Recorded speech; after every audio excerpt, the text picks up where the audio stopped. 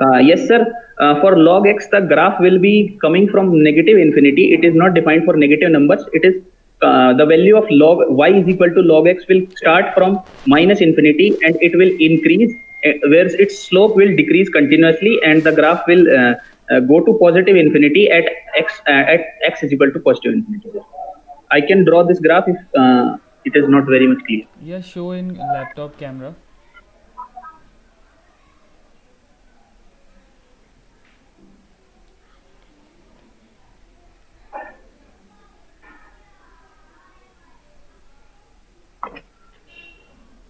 I think, sir, it is visible.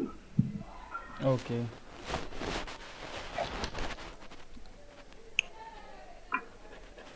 Can you also show me the graph of e to the power minus x? Yes, sir.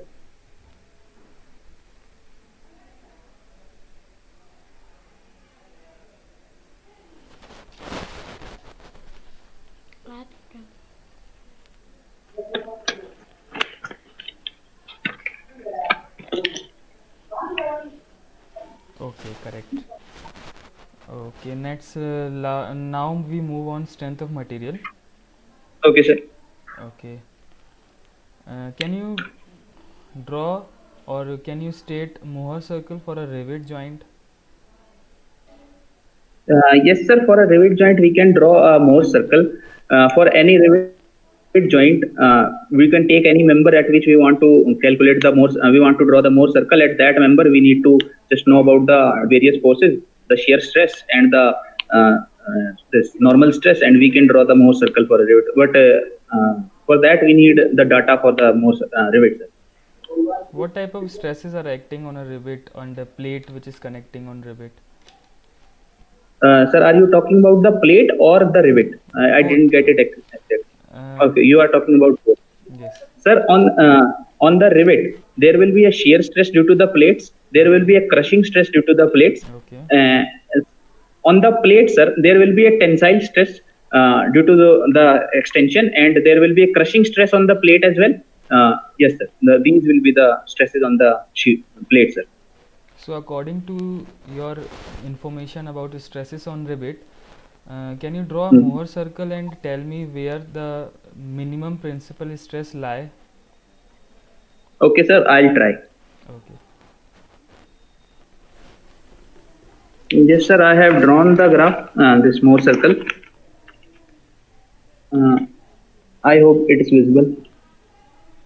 In this circle, sir, sigma y is equal to 0. Yeah. Sigma x is there, which is sigma crushing, and Yes. shear stress is there on the rivet. And with the help of that, we can draw the graph such a way that sigma y axis is on 0 and minus tau, and sigma x is on sigma x and tau. And Okay. with the value, we can plot the complete graph, sir. Okay. Okay. Can you tell me what is buckling?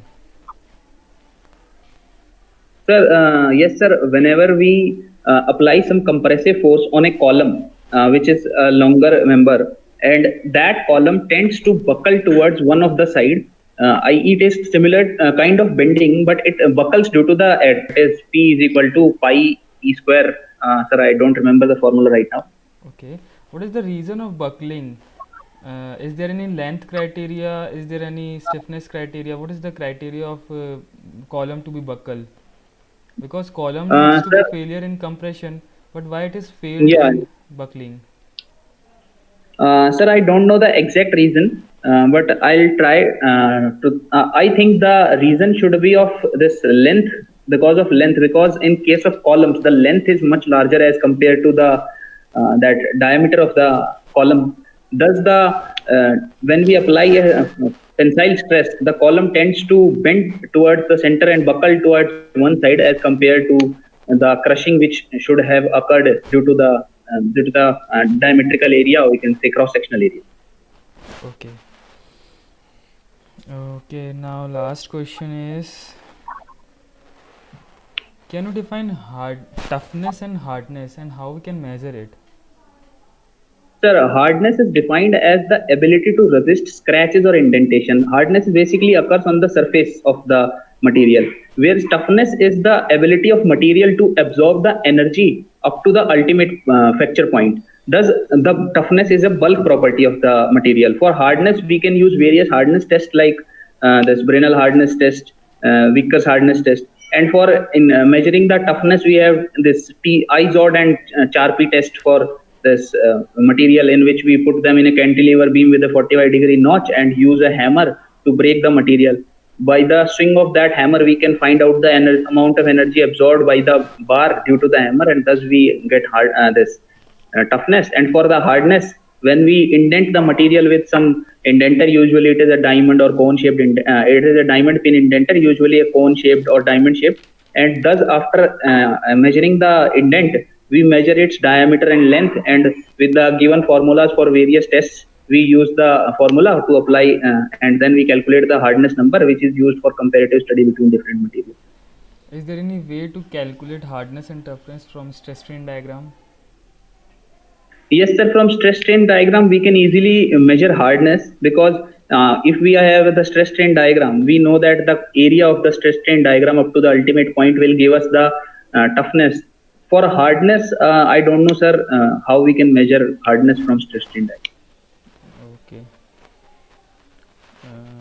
1 minute.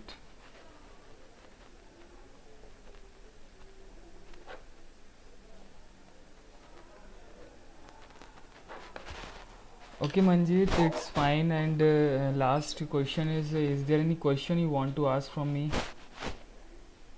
Yes, sir. I want to ask that once in IIT, reaching in IIT, what are the scope of modern world that could take us such that what should be, according to your opinion, what should be the new scope for the new generation? Like if I am doing my specialization in thermal or strength of material, which area should I focus such that that area has more scope as compared to other areas, and which can give us more insight for other practical application that are coming to in this future. See, Manjit, in thermal there is very vast application subject like RAC, power plant, and many areas, many domains are there.